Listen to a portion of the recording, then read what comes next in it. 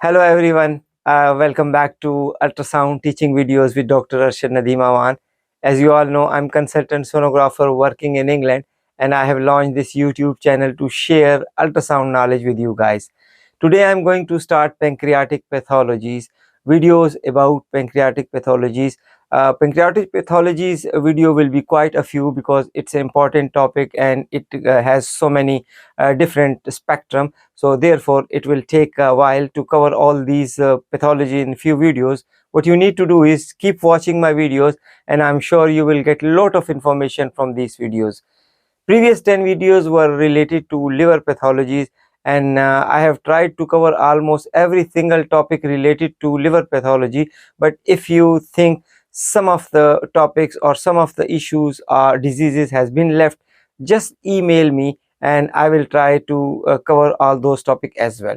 So far the pancreas is concerned, it happens to be very difficult area for the sonography, and it takes technical expertise to cover the pancreatic pathologies on the ultrasound. So I'm sure this video will help you to cover all these topics very easily and to scan the patients and to differentiate the pathologies very effectively. So what you need to do is keep watching these videos and try to repeat these videos quite a few times to make your understandings perfect. Subscribe my channel, share my channel. This channel subscription is totally free, just for the information purpose, just for the dissemination of the knowledge and sharing of the knowledge with you guys. So subscribe and share with other guys as well. So let's start getting into pancreatic pathologies.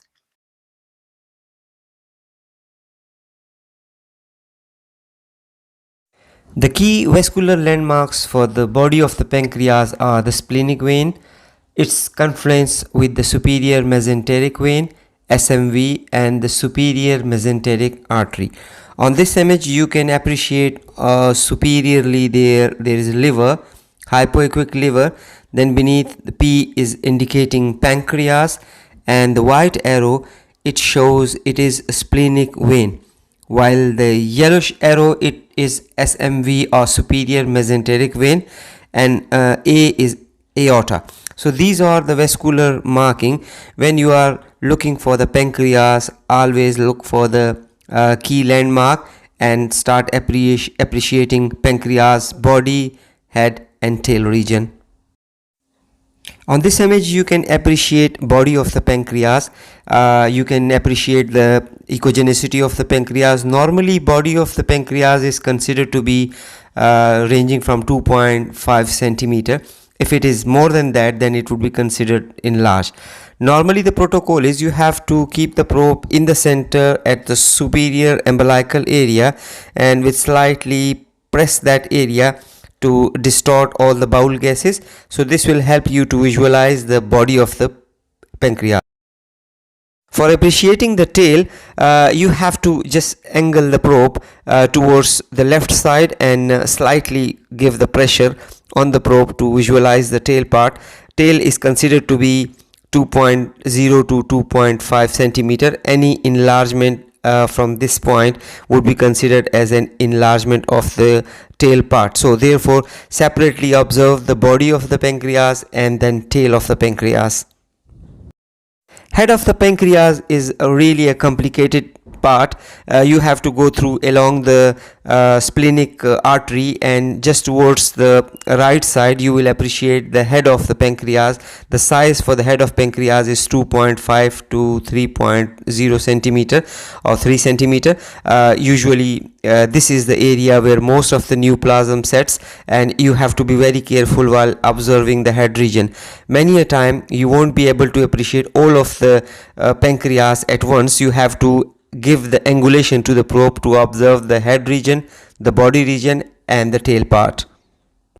Pancreatic echogenicity is usually hypoechoic. It appears hypoechoic with low echogenicity, but sometimes it will also appear similar to the echogenicity of the liver, and if you compare it with the spleen, so it will appear with the same echogenicity as you will see on the spleen. So these are the three images. you can appreciate slight difference with the echogenicity pattern. As I mentioned, that it depends upon the individual to individual. In few beans you will see that will appear hypoechoic, while in some of the patients with the increased fatty changes or fatty contents in their body, you will see some of the fats will settle in the pancreas as well, and it will appear echogenic. Beside this, it depends upon the angulations of the probe. If you tilt the probe slightly towards the head region, so you will find it will appear as a hypoechoic, and if you tilt the probe towards the lower part or exact on the center or perpendicular to the pancreas, it will appear hypoechoic. This is another slide. Here you can see an echogenic pancreas. It means that the patient is with increased BMI, his liver will be increased in echogenicity. There will be fatty changes on the liver as well. And beside this, if you scan the pancreas area, you will see there will be echogenic pancreas as well. So this is an echogenic pancreas secondary to fatty deposition. Although ultrasound is not the ideal for the detections of the fatty contents within the pancreas, for that purpose we usually use the CT scan to find the fatty deposition. But to some extent, if your practice is excellent, so you can appreciate echogenic pancreas. Before going to start to discuss about the acute pancreatitis, it is important that how we will appreciate the normal pancreas on the ultrasonography. What are the landmarks and how many parts of the pancreas would be visible on the ultrasonography. You have to clearly identify the head of the pancreas, body of the pancreas, and the tail of the pancreas. Mind you that it would not be easily appreciable all at once. You have to ask the patient to take different position, to ask the patient to take the lateral decubitus position, and also in the supine position as well. So due to these three positions and the three part of the pancreas, you need to keep the patients rolling for imaging the head, the body, and the tail region. So there are some landmarks which will be visible on these next slides, and I'm sure you will be able to differentiate all these landmarks on the ultrasonography, which will help you to identify pancreas clearly on the ultrasonography.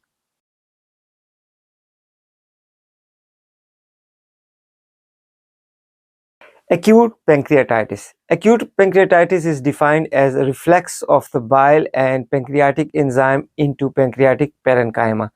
There are multiple causes of the acute pancreatitis, including alcohol, trauma, certain toxins, post-operative procedures after surgery, and sometimes idiopathic. There may be cause unknown.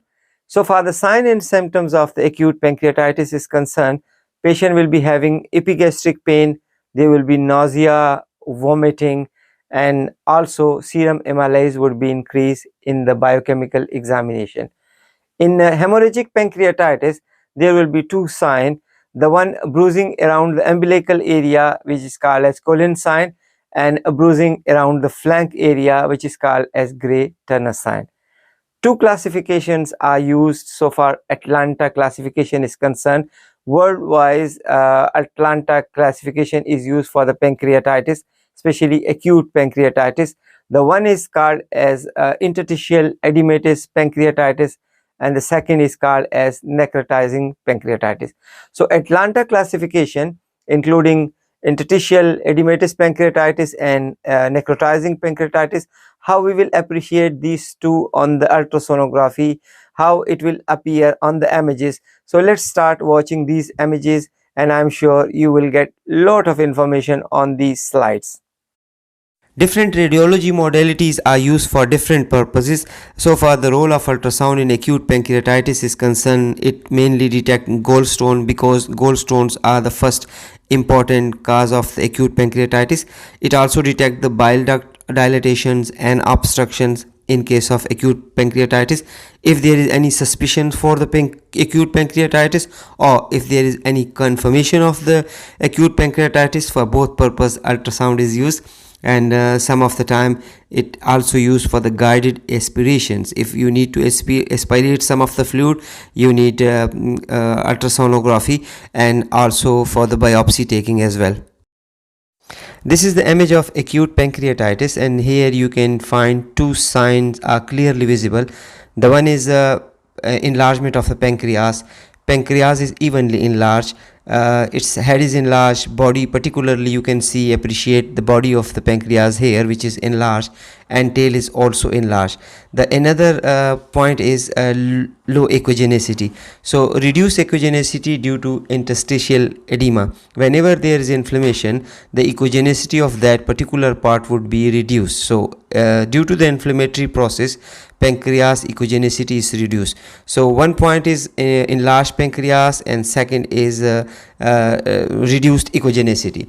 As far as hemorrhage or necrosis or sponification of fat is concerned, we cannot appreciate on this slide, but it likely to happen.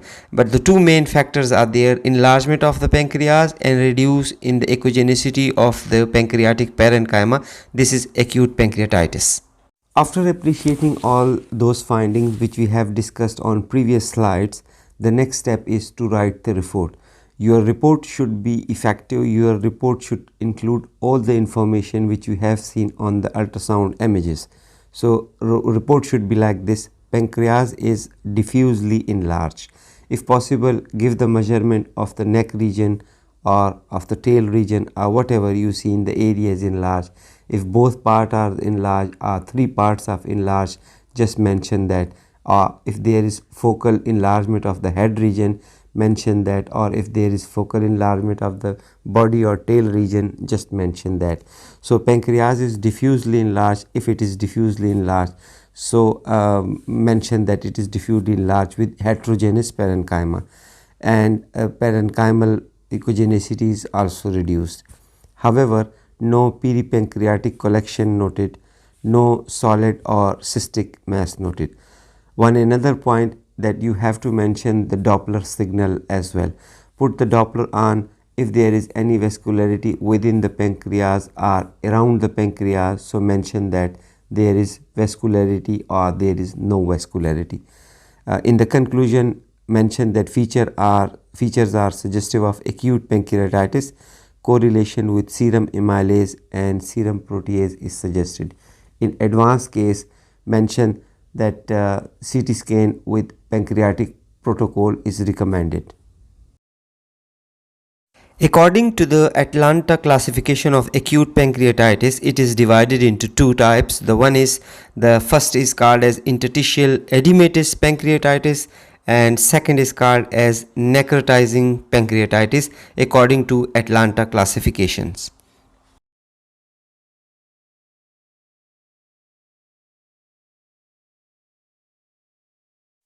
In interstitial edematous pancreatitis, the pancreas will appear either normal or it may appear enlarged, but the echogenicity will be enhanced. There will be uniform enhancement.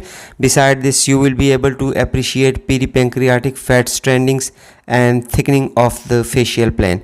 Here on this slide, this echogenic area is actually peripancreatic fat, which is highly echogenic. That is because of the inflammatory stranding, and this wide area suggests fascia, which is thickened. So thickening of the fascia, peripancreatic fat stranding, these are the two important signs of the interstitial edematous pancreatitis, and for that purpose we usually use CT severity index to confirm the severity of the acute interstitial edematous pancreatitis.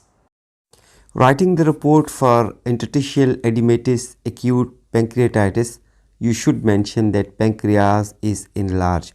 Must mention that pancreas is diffusely enlarged, or if there is any focal enlargement, because there is possibility of focal enlargement as well. So mention that pancreas is diffusely enlarged and edematous. Peripancreatic fat strandings and thickening fascias are also noted. However, no fluid collection around the pancreas noted. And also mention Doppler vascularity. If there is Doppler vascularity within the parenchyma or around the pancreas, must mention on the ultrasound report there was vascularity or there was no vascularity. While writing the conclusion, mentioned that features are suggestive of interstitial edematous acute pancreatitis, and after that must mention that correlation with clinical and laboratory investigation is suggested, and CT scan abdomen with pancreatic protocol is recommended to rule out any further mass lesion within the pancreas parenchyma.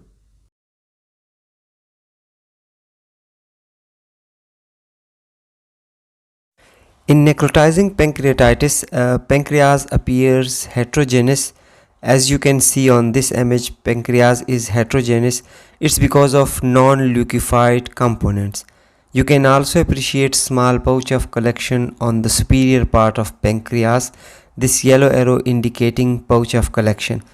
If more than 30% gland appears necrotic or necrosis is more than one part like head or tail with distant fluid collection, then mortality rate would be very high.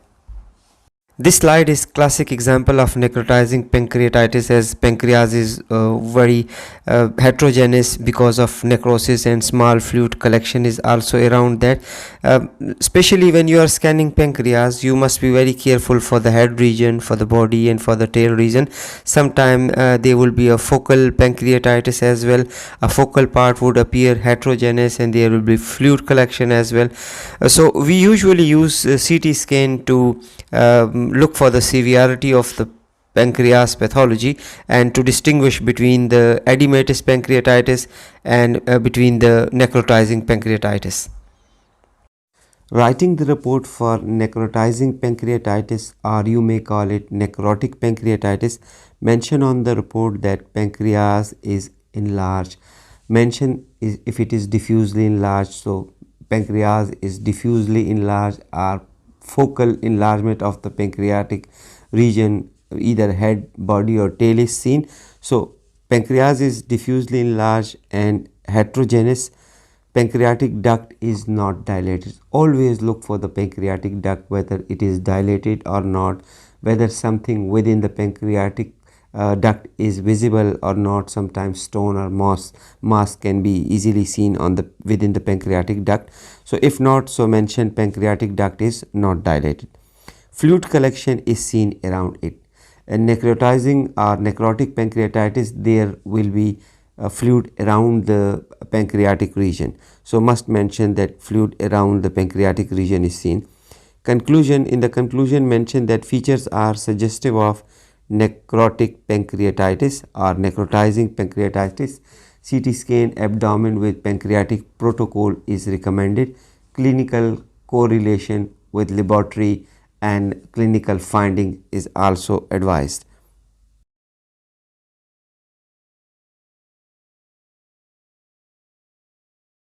Pseudopancreatic cyst is actually the complication of pancreatitis. It appears as fluid-filled cystic lesion. As you can see in this image, there is a pancreas, and along the pancreas you can appreciate a large size cyst superior to the pancreas. It may appear small or large, usually seen in the proximity of pancreas. It may contain sterile fluid or sometimes may get infected and give rise to symptom. A careful scanning is suggested if you see any cystic lesion within the proximity of pancreas and epigastric region. Must include pseudopancreatic cyst in your differentials. While scanning, always carefully look for its communication with the pancreas. Measure the cyst in 3 dimensions. Take the volume as well. It helps for the surgical intervention and aspiration. Put the Doppler signals on it to differentiate between vascular pathology and purely cystic lesion. It's worth mentioning here that sometimes pseudopancreatic cyst may appear far away from the pancreatic region as well. So therefore a careful scanning is required. If you come across any cystic lesion in the parahepatic area or in the renal proximity, you can still consider pseudopancreatic cyst in your differentials. For pseudopancreatic cyst, the report should be like this: a well-defined cystic lesion give its measurement in 3 dimension is seen in the proximity of pancreas. Also mention contents of the pancreas. If it is clear fluid, mention it is a simple cyst, or if there is any debris or low level echoes within the cyst, you must mention that low level debris or echogenic contents are seen within the cystic lesion. In the conclusion, mention that findings are suggestive of pseudopancreatic cyst. Must mention the proximity of the pancreas. Is it related to pancreas or in the epigastric region, or medial to the liver side, or superior to the kidneys? So always mention the location on the report as well, and at the end give your conclusion that it is suggestive of pseudopancreatic cyst. Pseudopancreatic cyst, one of the complication of pancreatitis. Usually it is related to chronic pancreatitis, but you may be able to see in acute pancreatitis as well. It is not necessarily that you must see the communication of the cyst with the pancreas, but if you see any of the cystic lesion in the vicinity of pancreas, in the epigastric region, medial to the liver or superior to the kidneys, you must consider pseudopancreatic cyst. Sometime it will be having clear fluid within it, or sometime if it is infected, you may get some low level internal echoes or debris within it. But if you have or you seen any of the cystic lesion in the epigastric region or in the vicinity of the pancreas, you must consider pancreatic cyst. There are multiple complications of the acute pancreatitis. Among them, acute fluid collections are the important and the commonest one. Pseudocysts are very common. Abscess formation can be possible in the peripancreatic region, necrosis and infected necrosis. Hemorrhage may also occur. Venous thrombosis is the commonest complication of acute pancreatitis and pseudoaneurysm. When there is acute pancreatitis, always look for the venous structures. There will be thrombosis as well, and beside this, survey can be done for the presence of pseudocysts, and pseudocyst formation is very common in acute pancreatitis.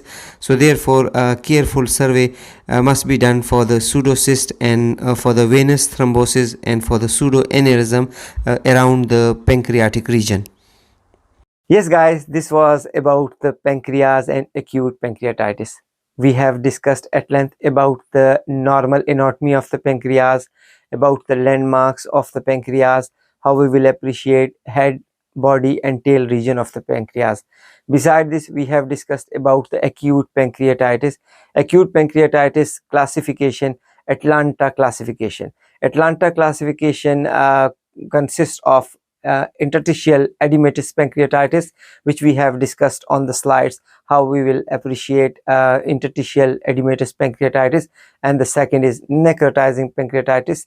There are specific features of the necrotizing pancreatitis on the ultrasound imaging. So I do hope that Atlanta classification would be quite easy for you to pick on the ultrasonography. And what you need to do is keep doing this practice, keep watching my videos quite a few times, take the notes, watch the images and write your own report. By doing this, so I'm sure you will be able to pick all the pathological processes of the pancreas on the ultrasonography. Keep watching my videos, subscribe my channel, share with other guys, and wait until I launch the second video, that would be chronic pancreatitis. Till then, take great care of yourself. See you in the next videos. Bye bye.